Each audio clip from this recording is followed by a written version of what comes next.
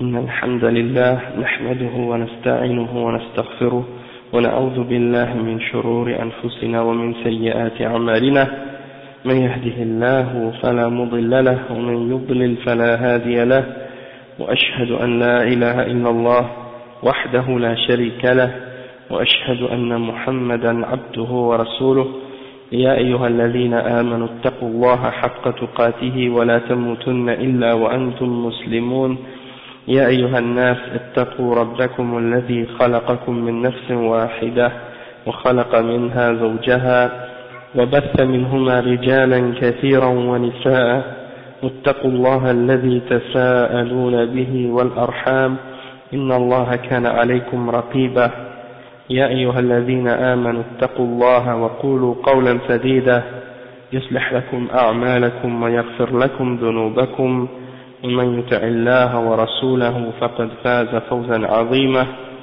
أما بعد وإن خير الكلام كلام الله وخير الهدي هدي محمد صلى الله عليه وسلم وإن شر الأمور محدثاتها وكل محدثة بدعة وكل بدعة ضلالة وكل ضلالة في النار أما بعد. Donc aujourd'hui on commence le cours 73, c'est le cours 73 aujourd'hui, et on a commencé à la fin du dernier cours le chapitre 23, Al-Bab Al-Thalith wal-Ashrun, et Abdurrahman, tu peux allumer la lumière derrière toi. Oui. Barakallahu fik. Donc on a commencé le chapitre 23 et le titre c'est Babun ma ja'a anna ba'd hadhihi al-ummah ya'budu al-awthan. Ça veut dire qu'est-ce qui est rapporté au sujet du fait que certaines personnes dans cette ummah vont adorer les idoles.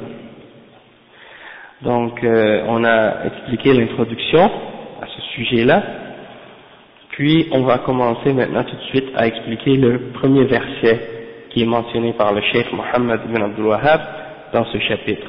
Le Cheikh il dit وقوله تعالى ألم تر إلى الذين أوتوا نصيبا من الكتاب يؤمنون بالجبت والطاغوت.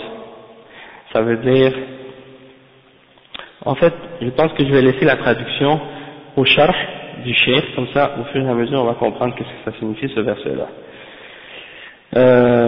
Donc le Cheikh il explique, il dit قال وقوله تعالى ألم ترى هذا استفهام تقرير أي قد رأيت وعلمت يا محمد إلى الذين أوتوا نصيبا من الكتاب أي حظا من الكتاب والنصيب هو الحظ والمراد بهم اليهود لأن الله أعطاهم التوراة التي أنزلها على موسى صلى الله عليه وسلم فهو كتاب عظيم من عند الله وهذا من باب الإنكار عليهم لأن المفروض أن الذي أوتي نصيبا من الكتاب وعلم الحق يجب عليه أن يعمل به فكونهم يخالفون الحق وعندهم الكتاب فهذا دليل على غلظ كفرهم وعنادهم يؤمنون بالجبت والطاغوت يؤمنون بالجبت أي يصدقون بالجبت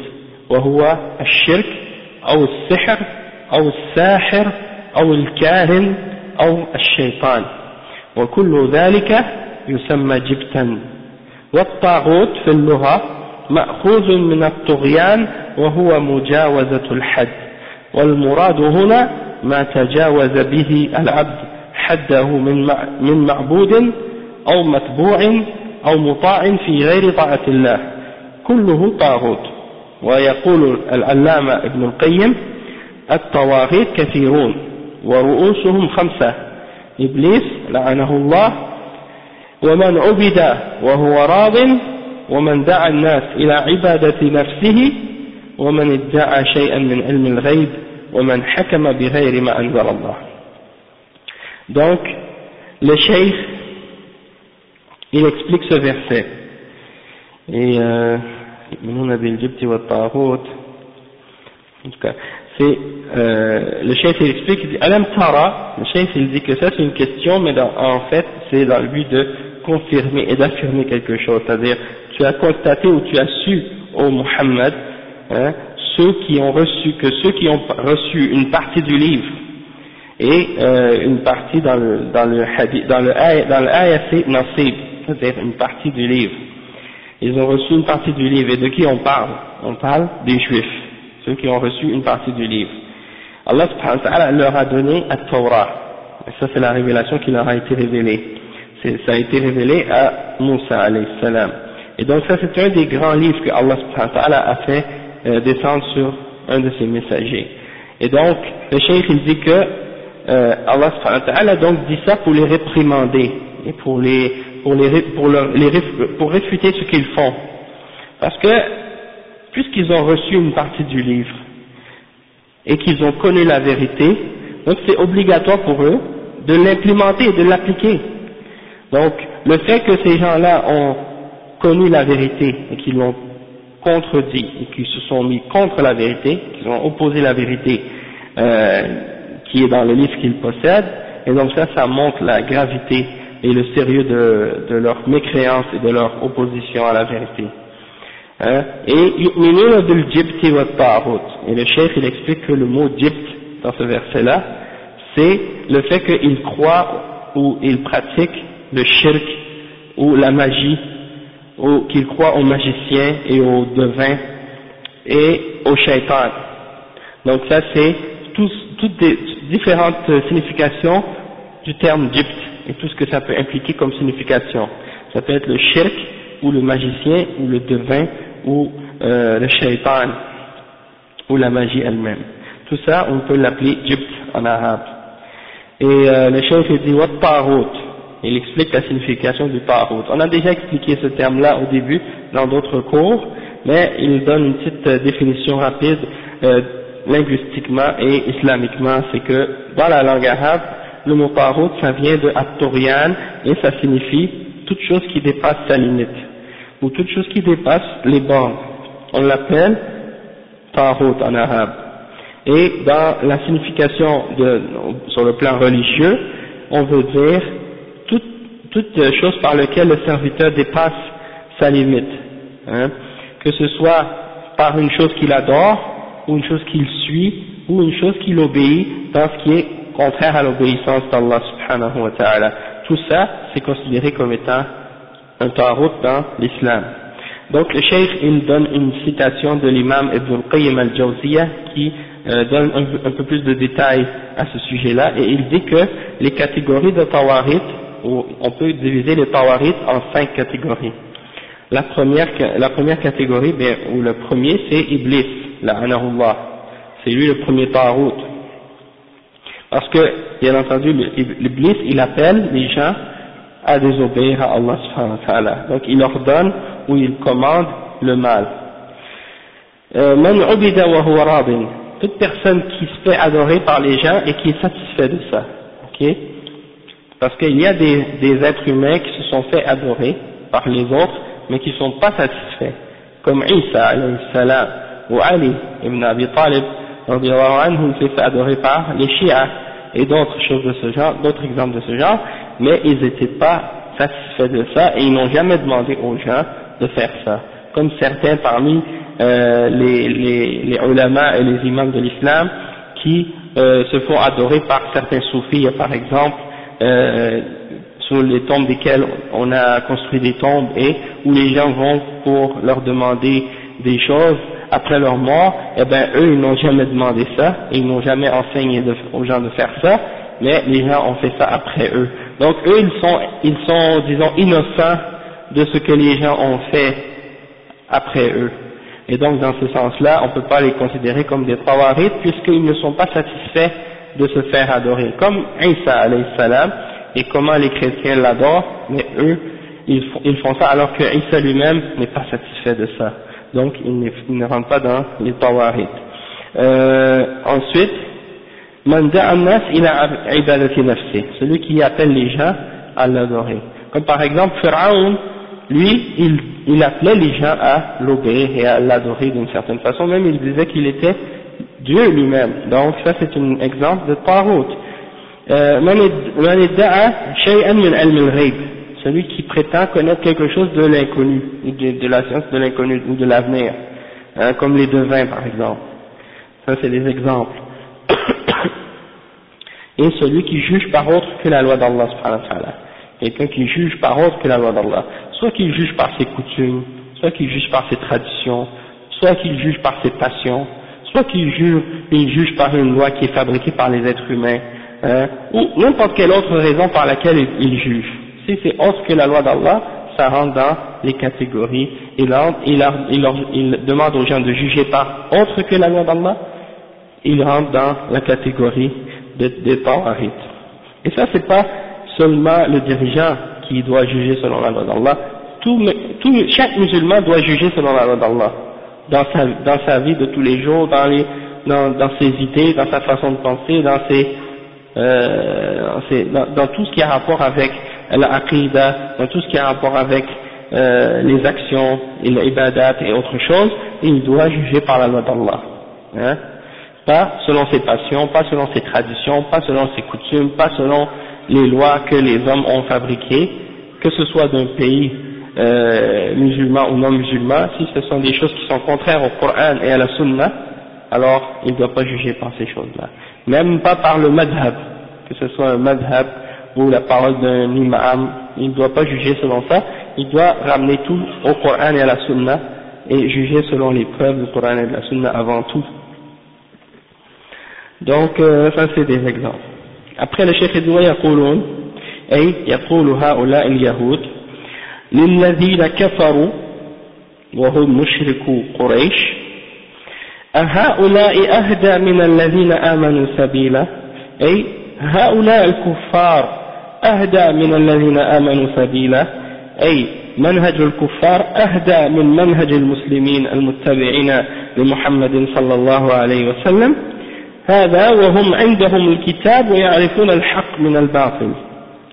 وسبب ذلك أن الرسول صلى الله عليه وسلم لما هاجر إلى المدينة وبايعه الأنصار من الأوس والخزرج وصارت للمسلمين دولة عظيمة في المدينة، اغتاظ اليهود الذين كانوا في المدينة من المسلمين وضاقوا بهم ذرعا، وذهب كعب بن الأشرف وحيي بن أخطب إلى المشركين في مكة يستنجدونهم على قتال الرسول صلى الله عليه وسلم وأصحابه، فانتهز المشركون الفرصة وقالوا أنتم أهل الكتاب تعرفون الحق من الباطل، بينوا لنا أنحن أهدى أم محمد صلى الله عليه وسلم، فقالوا وما أنتم وما محمد، يعني بينوا لنا صفتكم وصفة محمد. قالوا محمد صنبور متبور قطع أرحامنا وسب آلهتنا ونحن نسبح الكوم أو الكوم ونطعم الحجيج ونسقي الحجيج أو الحجاج يعني، ونفك العاني ونصل الأرحام، ويصفون أنفسهم بهذه الصفات، ومحمد قطع أرحامنا وتبعه سراق الحجيج أو الحجاج من غفار. قالوا أنتم خير وأهدى سبيلا. والشاهد من الآية للباب أنه إذا كان في اليهود من يؤمن بالجبت والطاغوت فسيكون في هذه الأمة من يفعل ذلك تشبها بهم، لأن الرسول صلى الله عليه وسلم أخبر بأنه يكون في هذه الأمة من يتشبه باليهود، ومن ذلك التشبه بهم في الإيمان بالجبت والطاغوت. Donc le cheikh il explique ici le verset, la suite du verset, il dit, et les juifs ils disent à ceux qui ont mécru parmi les mouchriquins de Quraysh, est-ce que ceux-là sont mieux, c'est-à-dire c'est-à-dire est-ce que les kuffars, les mouchriquins sont mieux guidés ou bien les musulmans qui ont cru au prophète Mohammed sallallahu alayhi wa sallam. Donc les mouchriquins en fait ils demandaient aux juifs, est-ce que nous sommes mieux guidés ou bien les musulmans. Les mouchriquins de Makkah, ils disaient aux juifs, est-ce qu'on est mieux guidés, nous, ou bien les musulmans? Et donc, le cheikh, il explique ce verset-là, et qu'est-ce qui est étonnant dans ça, c'est que les juifs ont répondu aux mouchriquins, vous êtes mieux guidés que les musulmans, alors que eux, ils possèdent une partie du livre. Les juifs savent qu'est-ce que c'est la différence entre le shirk et le tawhid, ils savent qu'est-ce que c'est la foi en les messagers, ils savent qu'est-ce que c'est l'idolâtrie, ils savent qu'est-ce que c'est le bien et le mal, parce qu'ils ont ça écrit dans leur livre. Et quand les mouchriquins leur demandent qui est meilleur, nous ou bien nous qui adorons les idoles et qui faisons qu'est-ce qu'on fait de toutes sortes de formes de jahiliya, ou bien les musulmans qui adorent un Dieu unique et des choses de ce genre.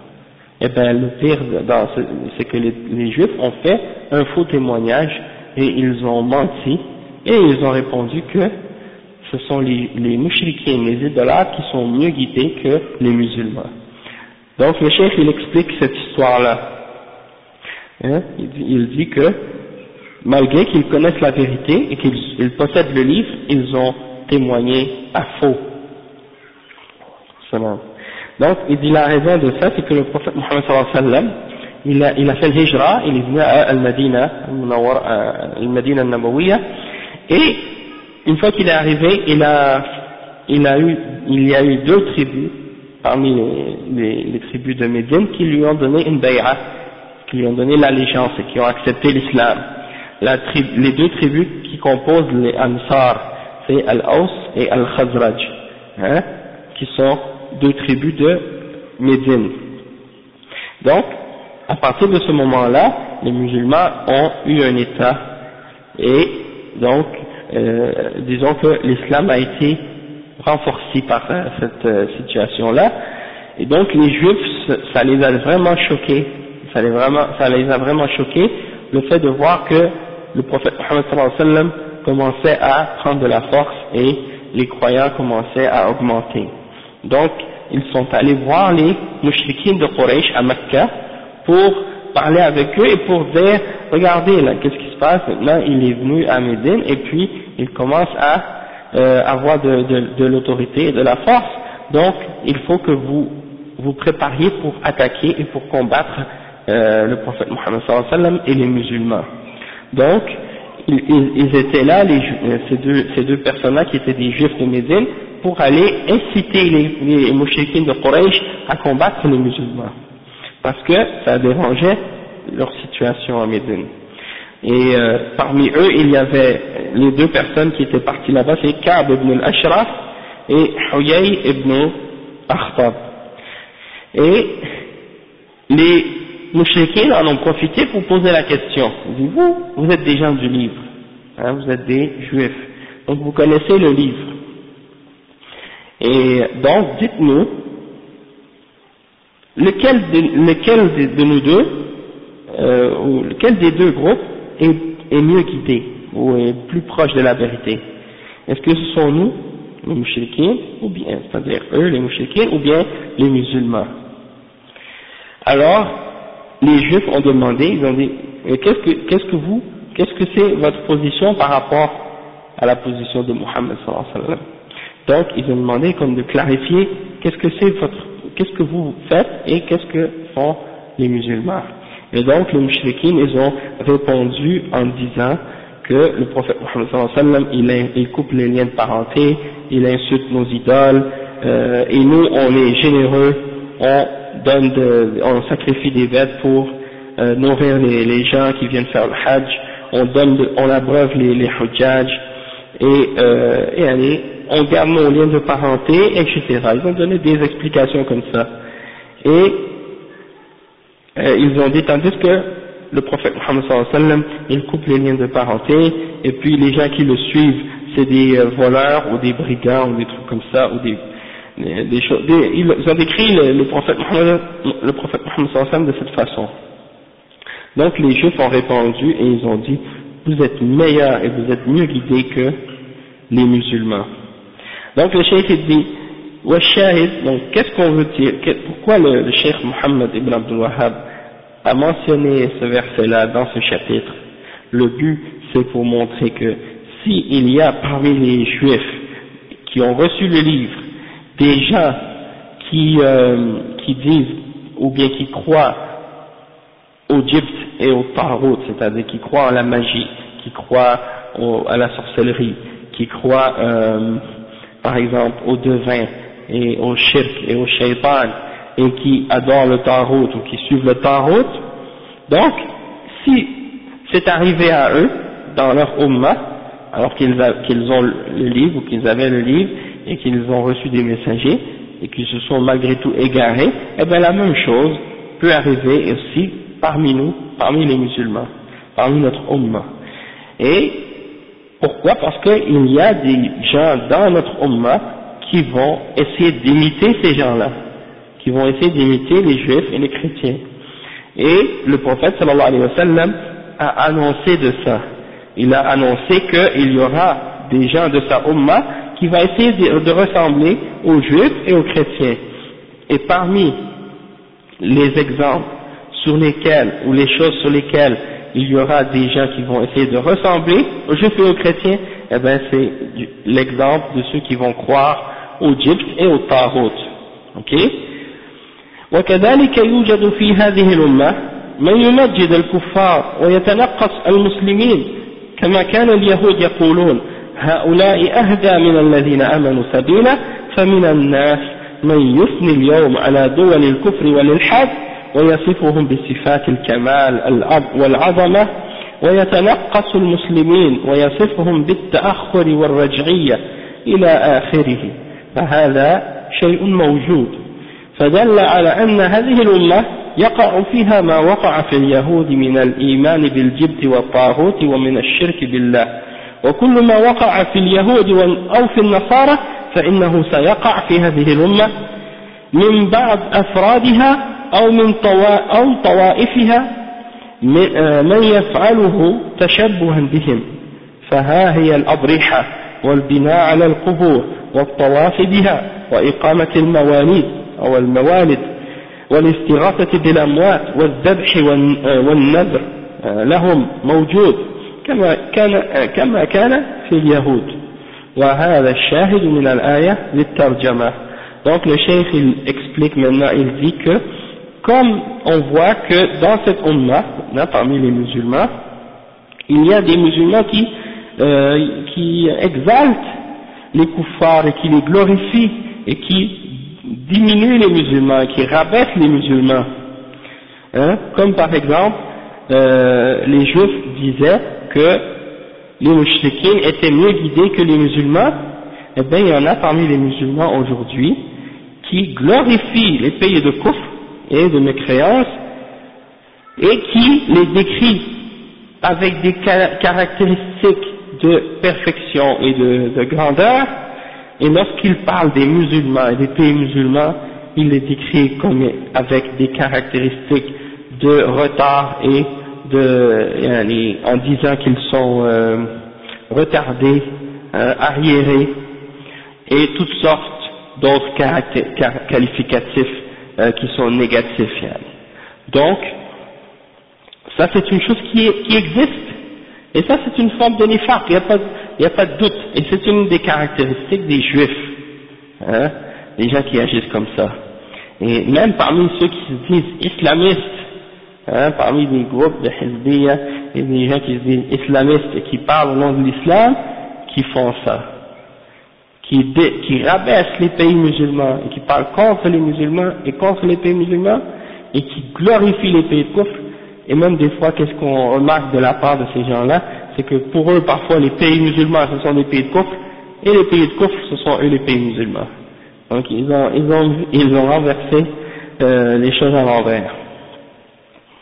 Donc c'est ça. Et il y a une chose que les ulama ont toujours expliqué, c'est peu importe l'état des musulmans, peu importe le retard technologique, peu importe la pauvreté ou les autres problèmes qui existent dans nos pays, les musulmans, tant qu'il est mu'min, tant qu'il a le tawhid, tant qu'il est sur l'islam, sur l'iman et sur la sunna, il est meilleur et supérieur au kuffar et à n'importe quel autre parmi les créatures qui sont déviées du droit chemin. Il a la fierté parce qu'il doit être fier et il doit se sentir honoré et il doit se sentir au-dessus des kuffars, peu importe sa situation, même s'il est pauvre, même s'il n'a pas rien, et qu'il est devant un kafir qui a des milliards de dollars, il se sent au-dessus de lui et il se sent plus fier que lui. Pourquoi? Parce qu'il a l'izza, il a l'iman. C'est ça la différence. Non. Bien sûr. C'est comme le frère, il explique, c'est un bon exemple, hein, le fait que même si, parce que l'état de nos pays actuellement, il n'y a personne qui peut mettre en question ou remettre en question ou douter du fait que c'est vrai qu'il y a beaucoup de manquements et beaucoup de faiblesses et d'éloignements de la part de la plupart des pays musulmans sur le plan de l'islam, sur le plan de l'application de la charia et des choses de ce genre. Ça, on doute pas de ça. Il y a beaucoup de choses à corriger, beaucoup de choses à améliorer, Inch'Allah, dans l'avenir. Mais quand on regarde des gens qui attaquent les pays musulmans et qui insultent les musulmans de cette façon et qui glorifient les kuffars, Inch'Allah, qui glorifient les pays kufr et les kuffars, alors on voit que ça c'est en même temps, même s'ils veulent peut-être, ils pensent qu'ils font quelque chose de bien en critiquant les pays musulmans de cette façon, il n'y a pas de doute que ça retombe contre l'islam et contre les musulmans, parce qu'ils sont en train de salir les musulmans et l'islam, hein, et donc ça c'est quelque chose qui est et qu'est-ce qui est étonnant, c'est que les pays de kufr, subhanallah, malgré tous les problèmes et l'égarement qui se passent dedans, ils acceptent pas qu'on les critique. Ils acceptent pas qu'on les critique. Même si tu vois par exemple quand un musulman critique les pays de kufr, hein, et il montre l'égarement et la corruption qui est dedans, hein, quand ça vient des gens qui sont dans leur système et qui sont à l'intérieur de leur système et qui travaillent dans leur système, qui critiquent ou qui dénoncent des choses, disons que soi-disant ils l'acceptent. Mais quand ça vient de la part d'un musulman qui critique qu'est-ce qui se passe dans leur société de corruption et d'égarement au nom de l'islam, automatiquement on voit qu'ils n'acceptent pas la critique, hein, et ils montrent les défauts des pays musulmans et eux ils cachent leurs défauts. Donc ça c'est ça ce qui se passe, et il y a des musulmans malheureusement qui rentrent dans ce jeu-là et qui agissent un peu comme les juifs ont agi avec les mouchriquines à l'époque du prophète sallallahu alayhi wa sallam.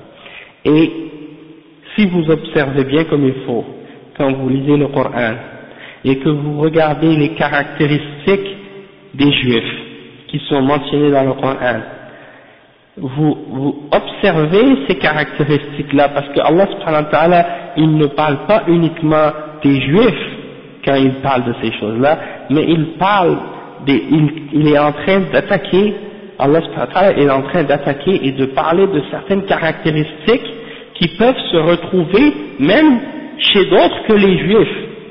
Vous comprenez?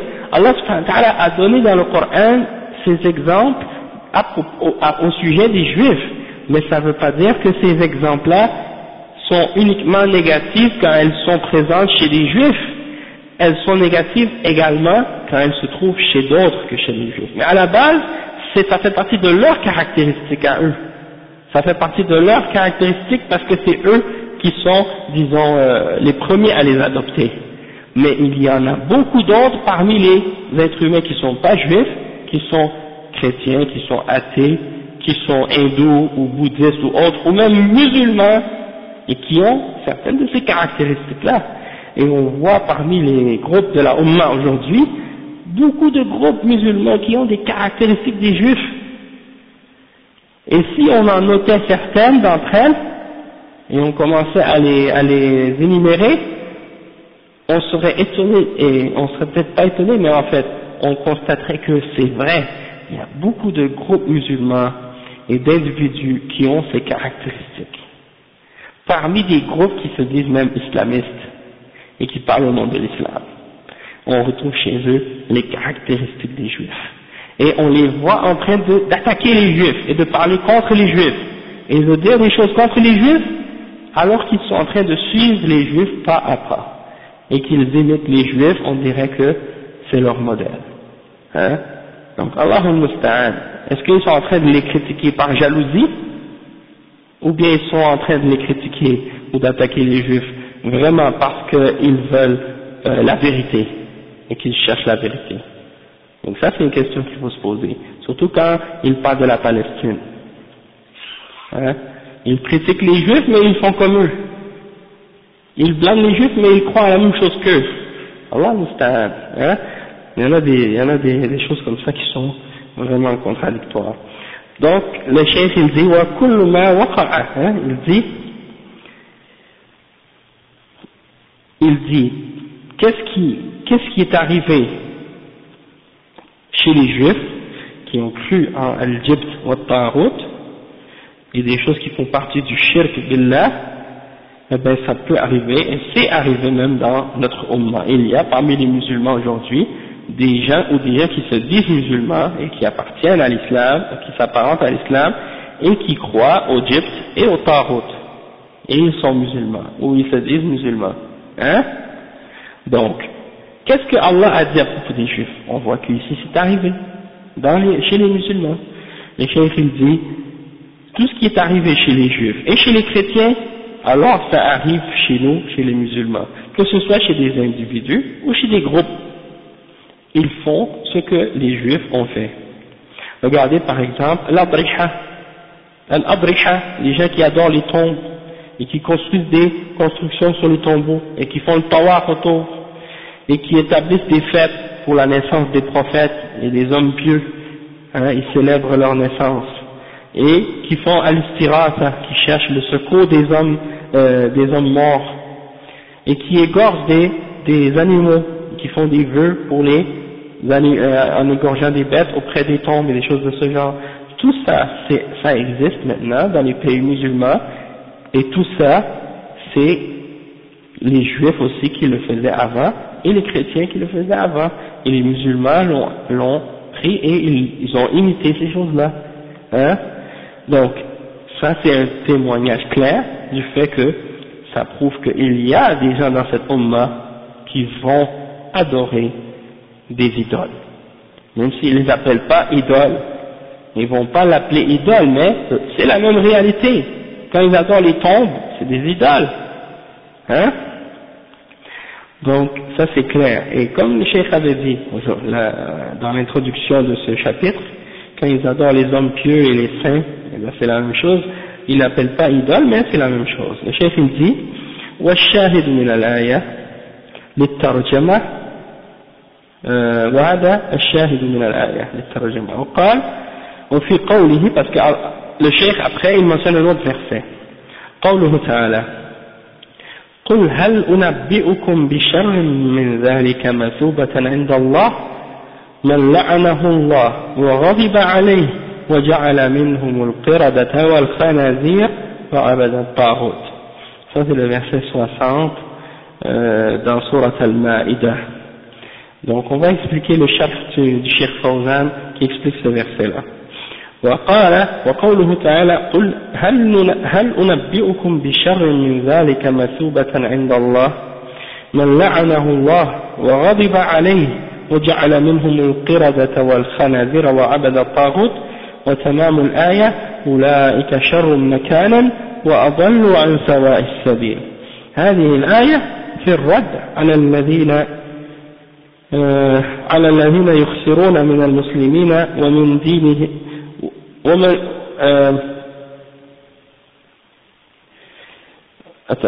هذا الرد على الذين يخسرون أو هذا هذه الآية في الرد على الذين يسخرون من المسلمين ومن دينهم من اليهود والنصارى والوثنيين. يقول تعالى هل أنبئكم أي أخبركم، والاستفهام هنا المراد به التقرير والتوبيخ، بشر من ذلك الذي زعمتم فينا مثوبة منسوب على التمييز أي جزاء عند الله من لعنه الله أي طرده وأبعده من رحمته بسبب كفره وهو أنتم أيها اليهود والنصارى وغضب عليه والغضب ضد الرضا فالله يرضى عن عباده المؤمنين ويغضب على الكافرين وغضبه لا يقوم له شيء والمغضوب عليهم هم الذين عندهم علم ولم يعملوا به لأنهم عصوا الله على بصيرة وجعل منهم القردة والخنازير وعبد الطاغوت مسخهم قردة وخنازير بسبب كفرهم والشاهد في قوله وعبد الطاغوت دل على أن في أهل الكتاب من يعبد الطاغوت فلا بد أن يكون في هذه الأمة من يتشبه بهم ويعبد الطاغوت. Donc le cheikh il dit, en expliquant ce verset là, dit, est-ce qu'on, en fait, qu'est-ce que ça veut dire? Le cheikh dit c'est comme pour confirmer, c'est une question mais dans le but de confirmer et de blâmer ceux qui sont en question dans ce verset là. Ça veut dire on va vous informer de ceux qui sont pires encore de ce qui est pire encore que ce que vous avez pensé sur nous, parce que ce verset là c'est un verset qui a été révélé pour répondre aux chrétiens et aux musulmans pour répondre aux chrétiens et aux juifs qui se moquaient des musulmans, les juifs, les chrétiens et les idolâtres qui se moquaient des musulmans. Donc Allah subhanahu wa ta'ala leur répond en disant dit, puis-je vous informer de ce qu'il y a de pire au fait de rétribution auprès d'Allah? Celui qu'Allah a maudit, celui qui a encouru sa colère et ceux dont il a fait des singes, des porcs et de même celui qui a adoré le Tarout. Ceux-là ont la pire des places et sont les plus égarés du droit chemin. Donc ça c'est la traduction. Et donc l'explication maintenant du chef, c'est à propos de ce verset-là, il dit que c'est à propos de ceux qui se sont moqués des musulmans, parmi les juifs et les chrétiens et les idolâtres. Allah subhanahu wa ta'ala les a maudits, ça c'était une de leurs punitions, il les a maudits, et quand on dit il les a maudits, yani la'anahullah, ça veut dire qu'il les a éloignés et chassés de sa miséricorde à cause de leur mécréance. Et ça c'est les juifs, Allah les a maudits. Et il s'est mis en colère contre eux, et la colère c'est le contraire de l'agrément, et Allah subhanahu wa ta'ala il agrée les croyants et il est en colère et il se fâche contre les mécréants, et sa colère rien ne peut l'arrêter, donc il dit ceux contre qui Allah est en colère, c'est ceux qui ont de la science, ils ont le savoir, mais ils désobéissent à Allah subhanahu wa ta'ala avec science, avec compréhension, avec connaissance. Et Allah, et ceux que Allah a transformés en singes et en porcs à cause de leur mécréance. Donc il y a une partie des juifs et des chrétiens qui ont été, une partie des juifs plutôt qui ont été transformés en singes et en porcs et qui ont adoré le Tarout. Toutefois, les ulama de tafsir, quand ils expliquent ce verset-là, ils disent que ceux qui ont été transformés en singes et en porcs, ils n'ont pas eu de progéniture, c'est-à-dire ils ne sont pas reproduits, donc ils sont tous morts après. Il n'y a pas eu de reproduction. Le cheikh il dit donc que le but, pourquoi il mentionne tout ça? Il mentionne tout ça, le cheikh, pour faire comprendre que à cause de la partie à la fin qui dit wa'abad al-taghut, c'est qu'il y en a parmi eux qui ont adoré le taghut, et ceux qui ont adoré le taghut, c'est parmi les juifs, il y en a qui ont adoré le taghut, et même parmi les chrétiens, et donc ça prouve qu'il y a des gens parmi les gens du livre qui vont adorer le taghut, et donc c'est certain que parmi cette umma, il y a des gens qui vont ressembler aux juifs et qui vont adorer le taghut aussi.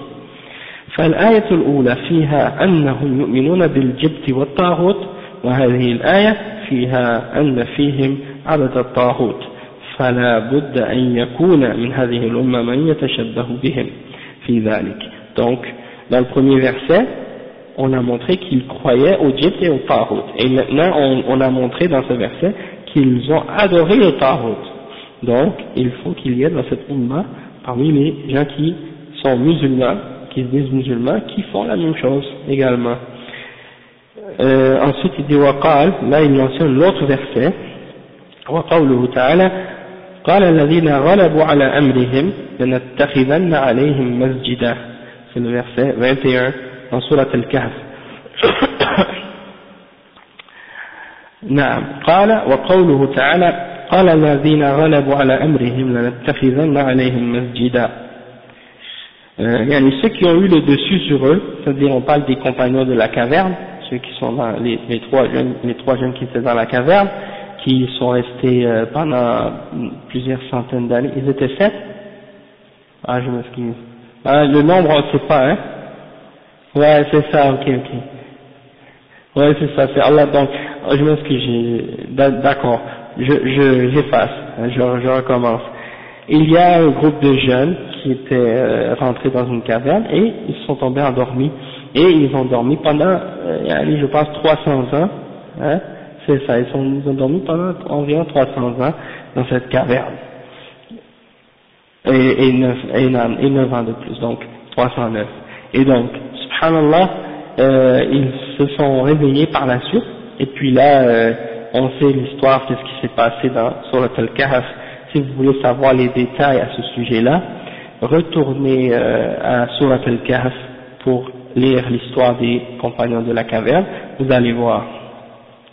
C'est pas important le nombre, vous pouvez, même Allah subhanahu wa ta'ala il dit فَلَا تُمَارِ فِيهِمْ إِلَّا مِرَاءً ظَاهِرًا وَلَا تَسْتَفْتِ فِيهِمْ مِنْهُمْ أَحَدًا. Ça veut dire, on n'a pas besoin de rentrer dans la question de savoir le nombre. L'important c'est de comprendre que il y avait ces jeunes-là qui croyaient en Allah, qui se sont éloignés pour pas être dans le shirk et tomber dans l'égarement avec les gens de la population. Ils sont allés dans cette caverne, ils se sont tombés endormis. Et après, pendant tout ce temps qu'ils sont restés dans la caverne, qu'ils ont dormi, les gens étaient devenus musulmans pendant ce temps-là, tu vois. Et ils ont cru. Donc eux, quand ils sont sortis, hein, eh ben, les gens les ont découverts. Et là, ils sont allés, ils ont vu ces jeunes-là, et puis ils ont voulu construire une mosquée à cet endroit-là où ils sont morts pour avoir la baraka, hein, à leur sujet, pour avoir la baraka à leur sujet. C'est-à-dire le fait d'avoir une mosquée à côté de ces gens-là, ça va leur amener du bien. Et donc, c'est ça dont parle ce verset-là. Hein? قال الذين غلبوا على أمرهم لنتخذن عليهم مسجدا. الشيخ dit فقالوا هؤلاء رجال صالحون فيهم بركة. Avant ça, il dit هذا في قصة أصحاب الكهف، وذلك أن جماعة من الفتيان في الزمن القديم آمنوا بالله وأنكروا ما عليه أهل بلدهم من الشرك بالله، فلما ماتوا بنى قومهم عليهم مسجدا لأجل التبرك بهم.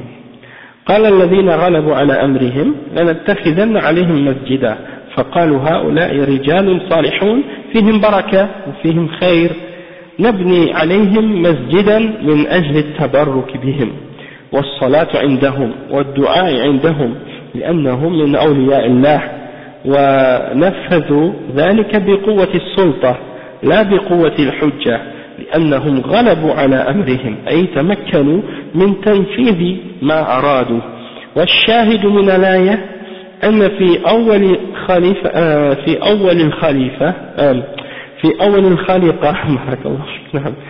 أول الخليقة من يبني المساجد على القبور، فلا بد أن يكون في هذه الأمة من يبني المساجد على القبور تشبها بهم، وقد وقع هذا ووجد في هذه الأمة من يبني المساجد على القبور، فدل على وقوع الشرك في هذه الأمة كما وقع في الأمم السابقة عن طريق التشبه والمحاكاة. Ok, donc le cheikh là il a expliqué tout ce que j'ai résumé tout à l'heure, il a dit, c'est des jeunes qui dans une époque très reculée, qui avaient cru en Allah, qui avaient dénoncé ce que leur population faisait comme shirk, et lorsqu'ils sont morts, eh bien, leur peuple ont construit une mosquée sur leur tombe, ou à l'endroit où ils sont morts, pour avoir la baraka à cause de leur présence à cet endroit-là. Et donc, ceux qui ont eu le dessus sur leur affaire, ils ont décidé de faire une mosquée sur eux. Ils ont pris le dessus parce qu'ils avaient plus de force que les autres, et donc ils ont décidé de faire ça. Non pas parce qu'ils avaient une preuve venant d'Allah subhanahu wa ta'ala pour le faire. Et donc, ils ont dit que ce sont des jeunes, ils sont pieux, ils ont une baraka, et ils ont du bien. Donc, on construit une mosquée sur eux pour avoir la baraka de ces jeunes-là et pour pouvoir prier sur eux, et près d'eux. Donc, et le fait de faire des doigts à cet endroit-là. Donc, ils ont fait ça pour ça. Ils ont dit que ce sont des awliya, des rapprochés d'Allah subhanahu wa ta'ala, et donc, ils ont implémenté cette chose, ils ont exécuté ça par la force, non pas par la preuve. Et donc c'est ça. C'est pour ça que Allah subhanahu wa ta'ala dit قال الذين غلبوا على أمرهم. Après il dit فالشاهد من الآية أنه كان في أول الخليقة من يبني المساجد على القبور. Le point pourquoi ce verset-là est mentionné dans ce chapitre, c'est qu'il y avait dans les premières nations des gens qui construisaient des mosquées sur les tombes, hein, et donc il faut absolument donc qu'il y ait dans cette umma des gens qui fassent ça aussi pour les imiter, comme c'est arrivé dans le temps passé. On trouve que maintenant dans les pays musulmans, à travers l'histoire, il y a eu ce genre de choses qui se sont produites, que des gens ont construit des mosquées sur les tombes pour imiter les gens qui ont fait ça, et donc là, il y a des gens dans la Ummah qui sont tombés dans le shirk à cause de ça, comme c'est arrivé dans les nations précédentes, dans le but de, disons, ils ont voulu imiter qu'est-ce que les autres avaient fait avant eux. Après le cheikh il dit قوله عن أبي سعيد رضي الله عنه أن رسول الله صلى الله عليه وسلم قال, ça c'est le hadith qui est mentionné par la suite. قال رسول الله صلى الله عليه وسلم لتتبعن سنن من كان قبلكم حذو القذة بالقذة حتى لو دخلوا جحر ضب لدخلتموه قالوا يا رسول الله اليهود والنصارى قال فمن أخرجه البخاري ومسلم. Donc le cheikh il explique ce hadith maintenant. Le hadith qui dit que le prophète sallallahu alayhi wa sallam a dit, vous allez suivre les juifs et les chrétiens, hein, ou bien vous allez suivre les voies ou les exemples des gens qui étaient là avant vous, hadwa al-quzzati bil-quzza. Dans un autre hadith c'est écrit shibran bi shibrin, zira'an bi zira'in, c'est-à-dire pas à pas ou étape par étape, vous allez les suivre. Al-quzzati bil-quzza, le cheikh il va expliquer qu'est-ce que c'est. Hatta law dakhalu juhra dabbin, même s'ils rentrent dans le trou d'un lézard, vous allez les suivre dedans. Ils ont dit, est-ce que tu parles des juifs et des chrétiens au messager d'Allah? Eh bien, le prophète sallallahu alayhi wa sallam a répondu, qui d'autre que les juifs et les chrétiens? Et donc, le cheikh il dit, سبق أن اللام هذه لام القسم لتتبعن لام القسم فهي على تقدير والله لتتبعن وأكده بالنون الثقيلة لتتبعن. Il n'a pas juste dit لتتبعوا, il a dit لتتبعن, ça met encore plus d'emphase et d'importance sur le verbe, d'accord? C'est-à-dire, par Allah, certes, oui, vous allez les suivre. C'est comme ça que c'est dit, avec beaucoup de tawkid, de confirmation, avec le noun et le lam al-qasam. Et il dit, as-salam, salana, ça veut dire, as-salam c'est la voie, vous allez suivre la voie. As-salam bil-fath, طريق. أما السنن بالضم فهي جمع سنة وهي الطرق. فمن قرأه سنن فالمراد به الطريق وهذا هو المشهور، ومن قرأه سنن فالمراد به جمع سنة وهي الطرق، والمعنى واحد. Que tu dis sanana ou sunana, les deux c'est la même chose. Hein, c'est la même signification, ça veut dire la voie, hein, ou les voies. Parce que sunan, c'est le pluriel de sunna. Et sanana, ça veut dire le chemin. Donc c'est les deux, c'est la même signification. حذو القذة بالقذة. حذو منصوب على الحال. والقذة ريشة السهم الذي يرمى به. ويعني المعنى تشبهونهم كما أشبهتم ريشة السهم وريشة السهم الأخرى. يعني il dit que al-qudda c'est la plume qui est sur la flèche, hein, par laquelle on la lance. Donc il dit que vous allez les imiter et leur ressembler comme une plume, la plume d'une flèche ressemble à la plume d'une autre flèche. Vous allez les imiter, vous allez leur ressembler de cette façon. حتى ولو دخلوا أو حتى لو دخلوا جحر ضب لدخلتموه. Même s'ils rentrent dans un جحر، et الجحر بالضم هو السرب الذي يكون في الأرض، ومنه جحر الضب لأنه يحفر جحرا من أعصر الجحور. ومع هذا لو دخله اليهود والنصارى لكان في هذه الأمة من يفعل ذلك تقليدا لهم. Le cheikh il dit que il s'agit en fait du terrier, hein, ou du trou dans lequel le lézard se cache, hein, c'est son terrier ou bien c'est son trou qu'il creuse dans la terre, hein, et donc il dit que c'est un des ouais, c'est le plus dur parmi les terriers ou les exemples de tunnels là qu'il creuse. C'est très compliqué la façon dont il le fait. Et même si les juifs et les chrétiens décidaient de rentrer dedans, eh bien il y aurait dans cette umma des gens qui essaieraient de les suivre et de les imiter à un point tel qu'ils essaieraient de rentrer eux aussi. Ah ok.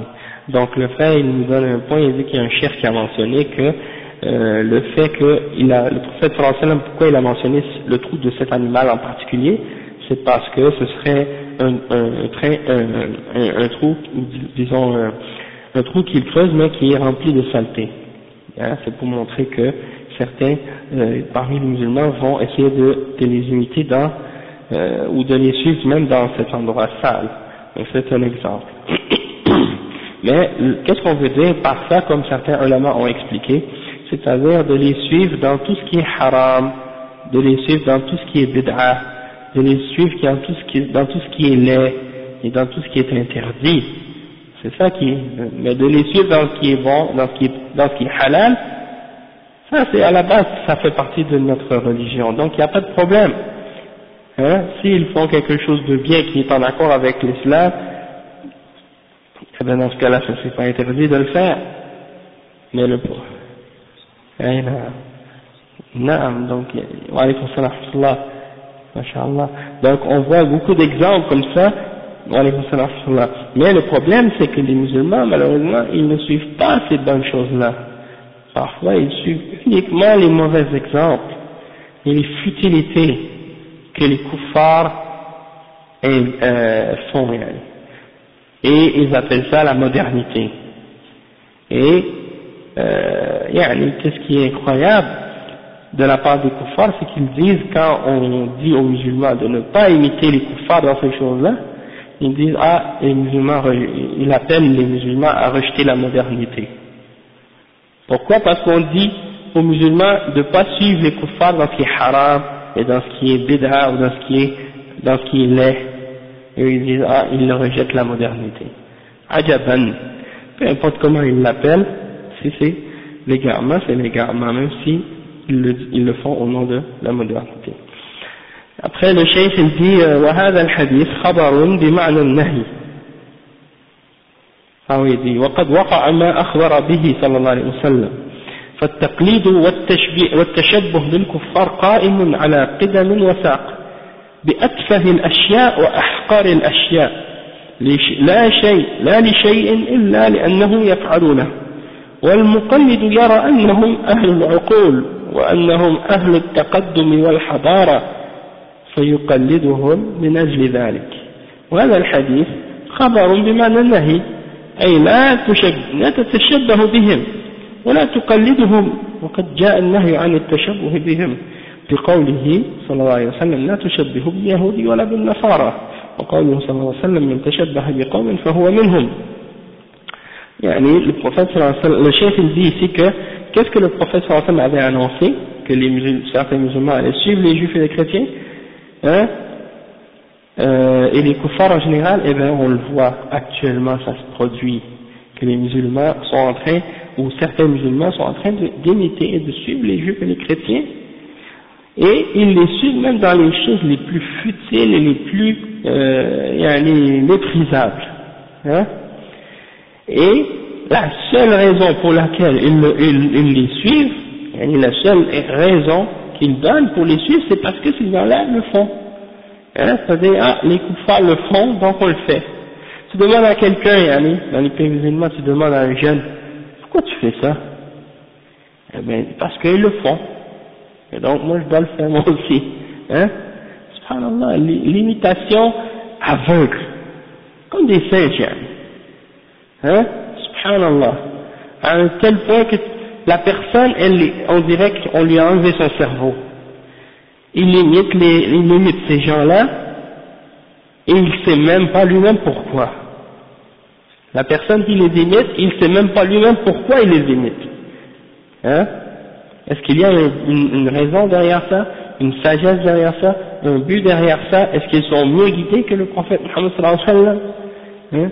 C'est comme je disais à un frère hier, parce que j'avais parlé dans la khutbah de faire l'importance de la prière, puis de faire la prière, puis je donnais comme exemple que si on doit prier parfois, puis il y a des kuffars qui vont nous voir, il ne faut pas être gêné, parce qu'il y en a des musulmans parfois, ils ont gêné que des non-musulmans les voient en train de faire la salat. Donc, il y a un frère après la khutbah, il est venu me voir et puis il me dit, moi j'ai mes enfants, je les envoie à l'école, est-ce qu'ils doivent faire aussi la prière à l'école?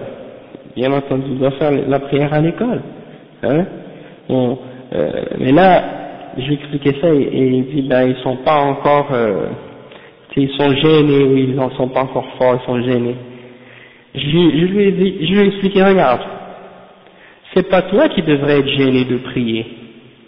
C'est eux qui devraient être gênés, les kuffars, c'est eux qui devraient être gênés de ne pas prier. Parce que toi tu fais ce pourquoi tu as été créé par Allah subhanahu wa ta'ala, c'est-à-dire de l'adorer.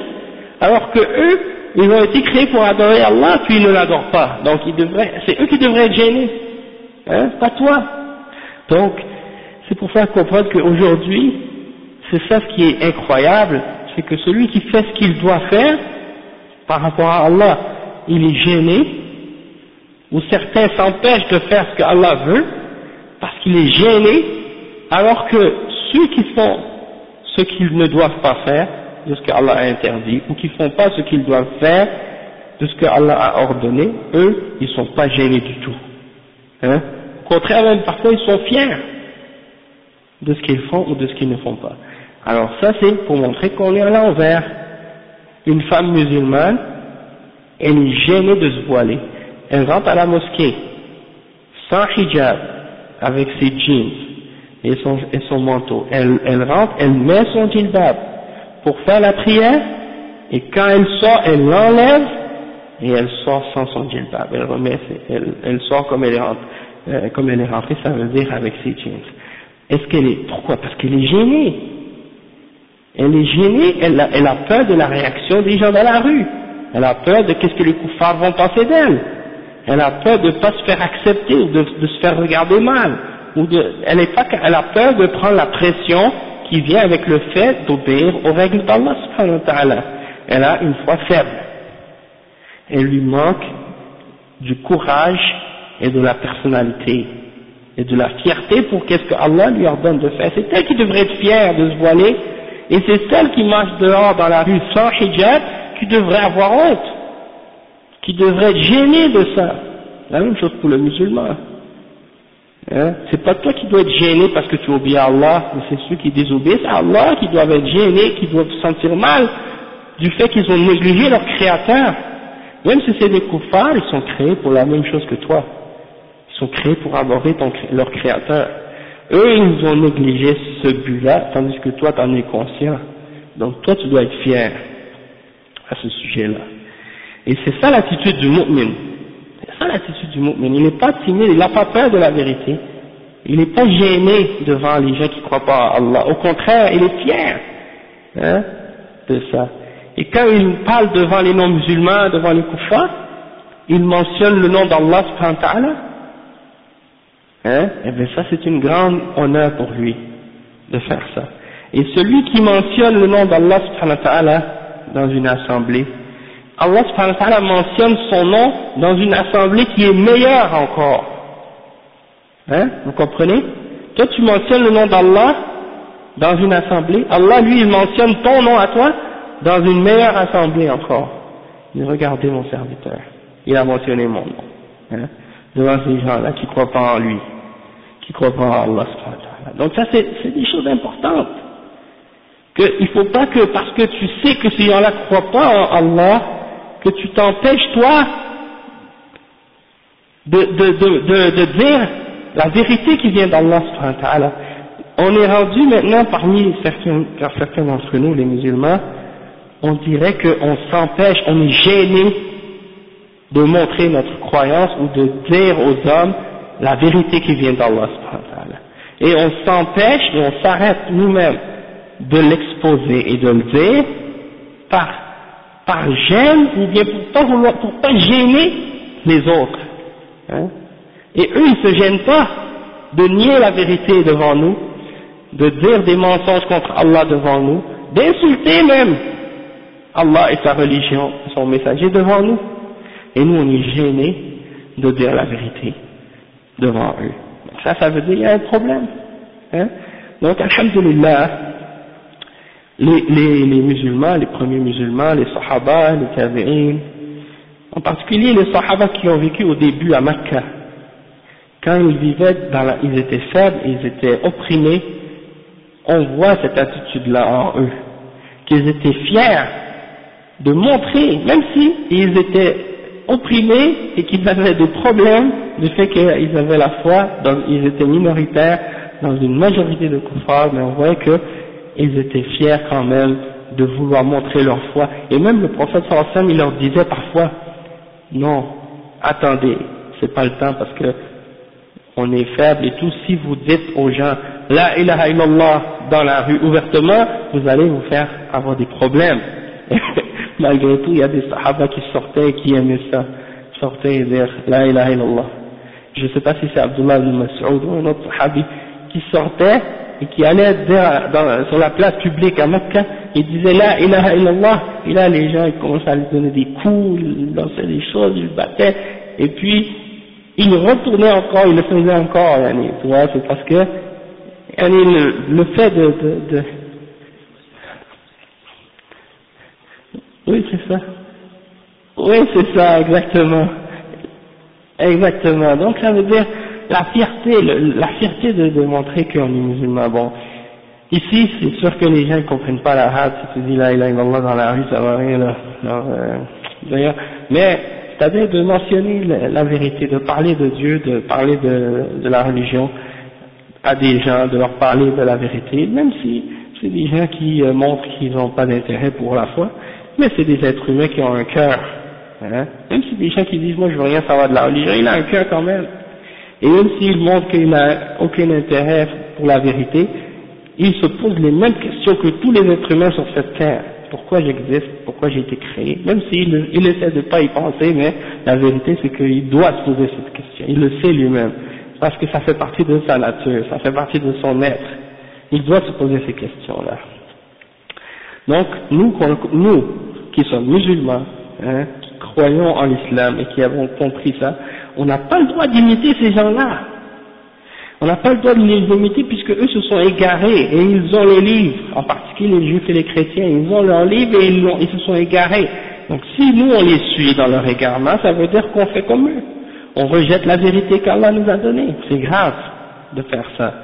D'accord? Donc certains parmi nos frères musulmans qui viennent ici parfois, ils ont pas compris ça, et puis ils ont un complexe, ils sont complexés devant les kuffars, hein, même des fois depuis là d'où ils viennent, ils ont ce complexe déjà là-bas, par rapport à ceux parmi les musulmans qui sont occidentalisés et puis qui aiment la dunya, eh ben ils montrent qu'ils sont loin de la religion, puis ils sont fiers de ça. Et ceux qui sont, disons, avec la foi et qui pratiquent la religion, hein, et qui essaient de faire des efforts pour disons, appliquer les règles de l'islam, eh ben eux des fois peut-être qu'ils ont un peu de gêne par rapport à ça. Mais bon, alhamdoulilah, la fierté ça vient avec l'islam comme je disais au début. Peu importe que tu sois pauvre sur ton âne et que l'autre il passe à côté de toi avec une Ferrari ou une Mercedes et qu'il a tout ce qu'il veut dans la dunya, toi, alhamdoulilah, si toi tu es en paix avec ton créateur, alors tu es mieux que lui. Et tu dois être fier devant lui, jamais baisser la tête, peu importe. Alhamdulillah. الشيخ يقول والشاهد من هذا الحديث واضح أنه يكون في هذه الأمة من يتشبه باليهود والنصارى في كل شيء، واليهود والنصارى يعملون الشرك، فلا بد أن يوجد في هذه الأمة من يعمل الشرك مثلهم سواء بسواء. نعم اليهود والنصارى بنوا على القبور، فيوجد في هذه الأمة من يبني على القبور تشبها بهم، والنصارى يعملون عيد المولد للمسيح عليه السلام، فيوجد في هذه الأمة من يعمل عيد المولد لمحمد صلى الله عليه وسلم تشبها بالنصارى. وكما وجد في اليهود والنصارى من يحلق لحيته ويوفر شاربه، فوجد من هذه الأمة من يحلق لحيته ويوفر شاربه إلى غير ذلك من أنواع التشبه التي لا تحصى، مصداقا لقوله صلى الله عليه وسلم باب التحذير من باب التحذير من النهي والنهي لتتبعن سنن من كان قبلكم حذو القذة بالقذة حتى ولو دخلوا جحر طب لدخلتموه. والشاهد منه أنه لا بد أن يوجد في هذه الأمة من يتشبه باليهود والنصارى في الشرك، كما قال تعالى اتخذوا أحبارهم ورهبانهم أربابا من دون الله والمسيح ابن مريم، فلا بد أن يوجد في هذه الأمة من يغلو بالأئمة ويتخذهم أربابا من دون الله، كما عند الصوفية الذين يتخذون رؤساء الطرق والمشايخ أربابا من دون الله ويحللون ويحرمون ويقولون المريد ينبغي أن يكون مع الشيخ كالميت بين يدي غاسله، وكذلك من يتعصب لشيخه ولو خالف الدليل إلى غير ذلك. Donc le cheikh il dit par la suite que donc en général c'est interdit de les imiter. Les kuffars, le prophète sallallahu alayhi wa sallam a dit ne ressemblez pas aux juifs et aux chrétiens, et il a dit celui qui ressemble à un peuple est un des leurs. Et qu'est-ce qui est plus étonnant, Allahu musta'an, c'est que parmi les musulmans il y en a des gens, non seulement ils sont musulmans, non seulement ils sont musulmans, mais ils se disent être, soi-disant, des islamistes ou des gens qui appellent à l'islam, et qui sont des ennemis de ce hadith, qui sont des ennemis du hadith qui dit celui qui ressemble à un peuple, il est un des leurs. Et c'est comme si on dirait que celui qui a dit ça, c'était pas le prophète Muhammad sallallahu alayhi wa sallam pour eux. Et subhanallah, ils sont comme s'ils ont dit on va tout faire pour contredire ce hadith. On va ressembler aux juifs et aux chrétiens le plus possible. Et c'est ça ce qui se passe. Tu les vois, ils veulent absolument leur ressembler. Et ils se moquent des musulmans salafis qui veulent appliquer la sunna et être contraire ou contredire les juifs et les chrétiens dans tous les aspects de la religion. Et ils se moquent d'eux, subhanallah. J'ai entendu justement un dans une conférence qu'il donnait. Subhanallah, regardez comment ils se moquent. Il dit, regarde, toi tu dis qu'on ne doit pas ressembler aux kuffars, l'électricité, c'est qui l'a fait? Les ordinateurs, ils se moquent des musulmans avec ça. Et après qu'est-ce qu'ils montrent? Il donne des exemples, il dit je vais traverser la lumière est rouge. Ah, c'est les koufars qui ont fait la lumière, je traverse sur la rouge quand même. Il y a des exemples pour se moquer des salafis, alors qu'il n'y a personne parmi les salafis qui disent des choses pareilles. L'électricité, c'est un bien. Allah subhanahu wa ta'ala, il a créé l'électricité. L'électricité existait avant même que les hommes savaient qu'elle existe. Hein? C'est récemment dans l'histoire que des gens ont su comment l'utiliser, hein? Et comment en profiter. Donc ça, c'est des bonnes choses, et c'est les choses qu'on a le droit d'utiliser, parce qu'il n'y a rien de haram là-dedans. Hein? C'est ça les exemples dans lesquels c'est permis de prendre des choses, que ça vienne d'un kafir ou d'un musulman, on le prend parce que c'est quelque chose qui a par rapport avec l'aqidah, qui a par rapport avec le usul de notre religion, on le prend. Hein? Ça c'est vrai. Quand c'est par exemple des questions de lumière rouge et tout ça, ça fait partie des masalih. Hein? Et il n'y a rien qui est contraire à notre religion du fait qu'il y a un code routier pour protéger la route. Et non, le prophète sallallahu alayhi wa sallam a dit, donner au chemin son droit. Et donc il y a des règles, et ça dérange pas, c'est pas contraire à notre religion. Mais le problème, ces gens-là, ils utilisent ça, ces exemples-là, pour dire tout ce qui est de bon, on le prend, et ils mélangent le bon et le mauvais, puis ils disent, on va prendre la démocratie, on va prendre la laïcité, on va prendre tous les systèmes, les idéologies de kufr qui viennent des kuffars, et on le prend parce que soi-disant c'est bien. Comme on prend l'électricité, comme on prend les autres trucs. Il y a une différence entre l'électricité et la démocratie. La démocratie, c'est basé sur des idées, sur des croyances qui sont fondamentalement opposées aux principes de la religion islamique, qui est contraire au tawhid, contraire au usul de l'islam. La laïcité, c'est le rejet de la révélation. La démocratie, c'est le rejet de la prophétie et de la révélation. Hein? Est-ce que Allah subhanahu wa ta'ala, il a fait voter les créatures pour choisir qui allait être prophète? Est-ce que Allah subhanahu wa ta'ala, il a dit, faites un vote, puis celui qui a le plus de voix, c'est lui qui va être le messager d'Allah, c'est lui qui va recevoir le Coran, et faites des votes, on va savoir ce qui est halal et ce qui est haram. Allah subhanahu wa ta'ala, il a révélé le Coran, il a choisi lui-même son messager, que les gens l'acceptent ou l'acceptent pas, que les gens soient contents ou non, c'est lui, le prophète Mohammed sallallahu alayhi wa sallam, c'est Allah qui l'a choisi, c'est pas les hommes qui l'ont choisi. Hein? Et ça, c'est contraire à la démocratie. Parce que dans la démocratie, ça doit être un vote. C'est la population qui doit choisir. Alors, on voit tout de suite que la base est contraire aux bases de l'islam. L'islam c'est basé sur des principes de la révélation divine. Les démocrates, les Grecs qui ont inventé ce système, eux-mêmes croyaient même pas en des hommes qu'on appelle messagers qui reçoivent une révélation divine. Ils croyaient que tout doit venir de ta raison, de ta logique. Pas d'un Dieu créateur qui a envoyé des révélations avec des prophètes. Du moment que tu crois qu'il y a un Dieu qui a révélé à des messagers des lois à suivre, tu peux plus être démocrate. Parce que là, tu détruis le jeu même de la démocratie. Ça tient plus par la suite. Si tu dis aux hommes, on est obligé de faire ça parce que Dieu l'a dit. Même si la population en majorité est contre. C'est pas la majorité qui décide, c'est Dieu qui décide. Et ça c'est contraire. Mais il y a des musulmans qui suivent ça. Et qui se basent sur l'électricité puis les feux de circulation pour essayer de dire que ça c'est halal et que ça c'est islamique. Et allez, vous voyez comment ils jouent avec les gens et comment ils essaient de ridiculiser les musulmans qui suivent la sunna. Donc ça c'est des exemples.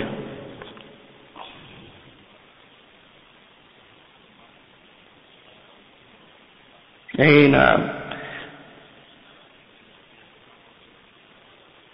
exactement, donc c'est ça. نحن قوم أعزنا الله بالإسلام فمن ابتغى العزة في غير الإسلام أذله الله. Celui qui cherche la fierté dans autre que l'islam, Allah va l'humilier. Hein? Donc c'est comme ça. Et le cheikh il dit donc qu'on voit que dans ce hadith il y a la preuve que certains des musulmans vont suivre les juifs et les chrétiens. Premièrement dans l'aqidah. La première chose, dans l'aqidah, les musulmans qui font le shirk. On a vu ça. Comme les juifs et les chrétiens ont fait des choses de shirk, et bien dans cette umma, il y en a qui le font. Les juifs et les chrétiens ont construit sur les tombes, on a dit tout à l'heure. Il y en a parmi les musulmans qui ont fait la même chose. Il y a des juifs et des chrétiens qui célèbrent la naissance de leur prophète et l'anniversaire de leur messager. Il y en a parmi les musulmans qui font ça avec la naissance du prophète Mohammed sallallahu alayhi wa sallam, hein, et qui croient que ça c'est permis dans l'islam. Hein. Donc ils veulent imiter les chrétiens. Après, il y a des juifs et des chrétiens qui rasent leur barbe. Le prophète Isa, alayhi salam, le prophète Moussa, alayhi salam, tous les messagers d'Allah, ils avaient la barbe. Et ils ordonnaient aux gens de suivre cet exemple. Parce que ce sont les meilleurs hommes, c'est eux qu'on doit suivre comme exemple.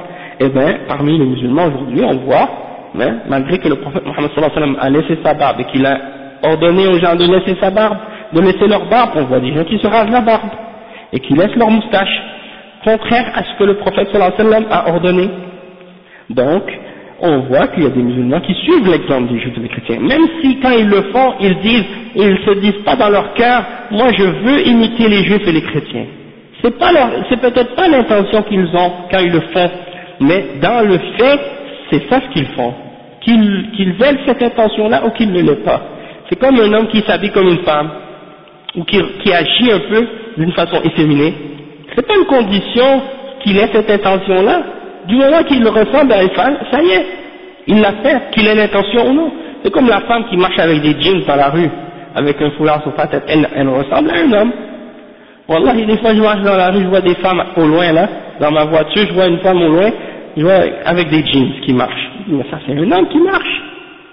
Une femme avec un jeans et un hijab, jamais dans l'histoire de l'islam des gens avaient, parmi les ulama des premiers siècles, ou des gens qui sont, je suis certain qu'aucun d'entre eux pouvait imaginer qu'il y allait avoir cette chose-là dans la société. Même un homme avec des jeans dans la rue, non seulement une femme, mais un homme musulman qui vient prier à la mosquée en jeans et qui fait ce jeu, hein, qui prie comme ça, comme si rien n'était. Sa aura, elle n'est pas couverte comme il faut quand il fait ça. Et malgré tout, il pense que sa prière est acceptée. Allahu a'lam si sa prière est acceptée. Parce que, non, les jeans serrés, une des conditions de la prière, c'est de couvrir l'aura. Si tu pries sans couvrir ta aura, Allahu a'lam, est-ce que ta prière va être acceptée? Il y a des gens, pour eux, ça n'a pas d'importance, ces choses-là. Et ça, c'est triste. Donc, si c'est pas permis pour un homme de mettre un jeans avec un t-shirt ou un truc, puis venir prier, qu'est-ce qu'on peut dire d'une femme qui fait ça, et qui met un foulard sur ses cheveux? C'est absurde. Donc, il y a des femmes parmi les koufars, même chez les koufars, les femmes koufars, les femmes chrétiennes et les femmes juives, au début du siècle, 1900, elles portaient pas des pantalons. Les femmes chrétiennes en Europe et en Amérique, elles portaient pas de pantalons, les femmes. Toutes des jupes longues ou des robes longues. Hein? Elles avaient, et c'est venu petit à petit, c'est récent que les femmes ont commencé à mettre des pantalons, même en Occident. Mais comment ça se fait maintenant, nous les musulmans, qu'on connaît les règles et les versets qui parlent du hijab, qu'on est rendu à ce point-là, tellement bas, qu'on est non seulement en train d'imiter les juifs et les chrétiens, mais on est rendu à ce point de mettre des jeans. Donc, le pire c'est que, les gens, il y en a parmi les hommes qui pensent que c'est correct. Mais quand les hommes commencent à faire les péchés, les femmes veulent les suivre. Hein? Pourquoi s'il y a des hommes qui désobéissent à Allah, les femmes, pourquoi elles ne vont pas désobéir à Allah? Tu vois? C'est l'homme qui est supposé donner l'exemple pour que la femme le suive. Donc c'est des exemples, ça. Allah al-Musta'an. Après, qu'est-ce qu'il dit?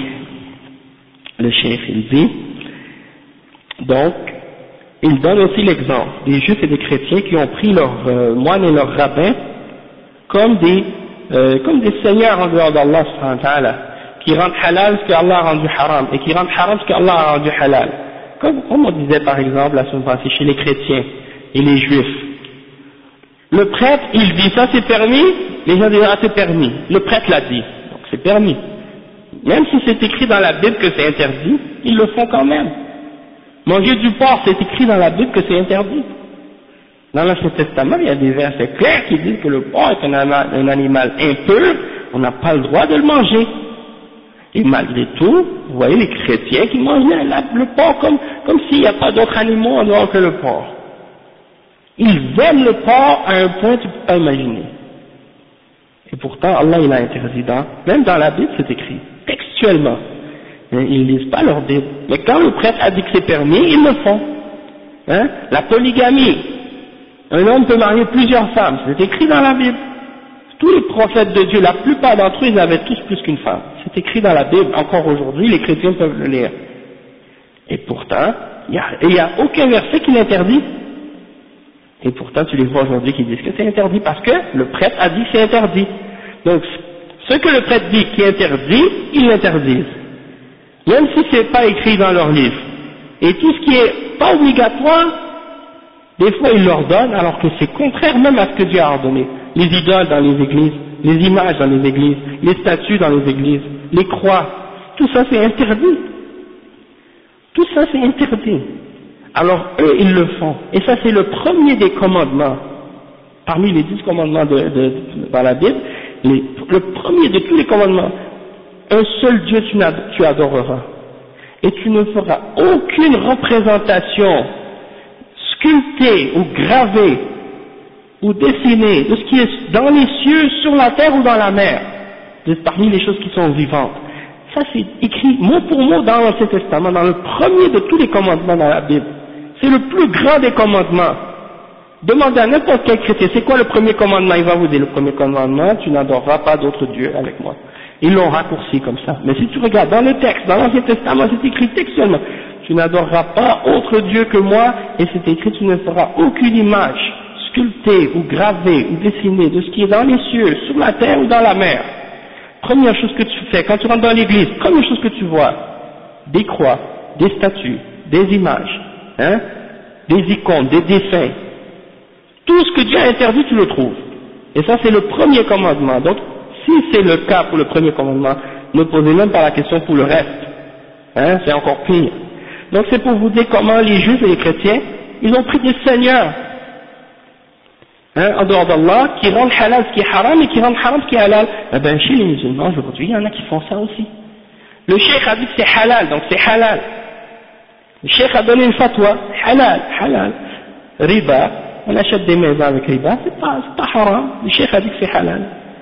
Hein? Raser la barbe, le cheikh a dit que c'est halal. Hein? Hein? Voler les koufars, il y en a qui font des fatwas là comme ça, qui disent que c'est permis de voler les koufars. Et puis ils le font, halal, le cheikh l'a dit. Hein?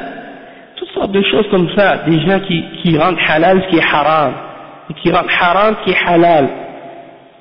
Des fois ils ne le rendent pas haram explicitement, mais c'est clair qu'ils le rendent haram. Hein? Comme par exemple, j'ai entendu des choses, hein. Je ne vais pas vous en parler tout de suite, on va laisser ça pour une autre fois, mais c'est pour vous dire que tout ce qui est arrivé chez les juifs et les chrétiens, de ressemblance, hein, des choses qui sont contraires à la religion, que les juifs et les chrétiens ont fait, il y a parmi les musulmans qui font ça, au nom de l'islam. Le féminisme que les femmes kuffars ont inventé, eh bien aujourd'hui il y a des femmes musulmanes, voilées, soi-disant voilées, c'est pas un vrai voile qu'elles portent, c'est le petit foulard avec les pantalons là que je vous ai dit, mais elles appellent ça hijab, et puis maintenant elles disent qu'elles appellent à l'égalité entre l'homme et la femme, dans tout, et que ça c'est islamique, et ça c'est dans l'islam. Hein? Tout ce que les kuffars inventent comme niaiserie, comme bêtise, comme stupidité, comme mécréance et égarement, et qu'ils le défendent, eh ben tu trouves parmi les musulmans des gens qui répètent comme des perroquets et comme des singes qui les imitent exactement mot pour mot, geste pour geste.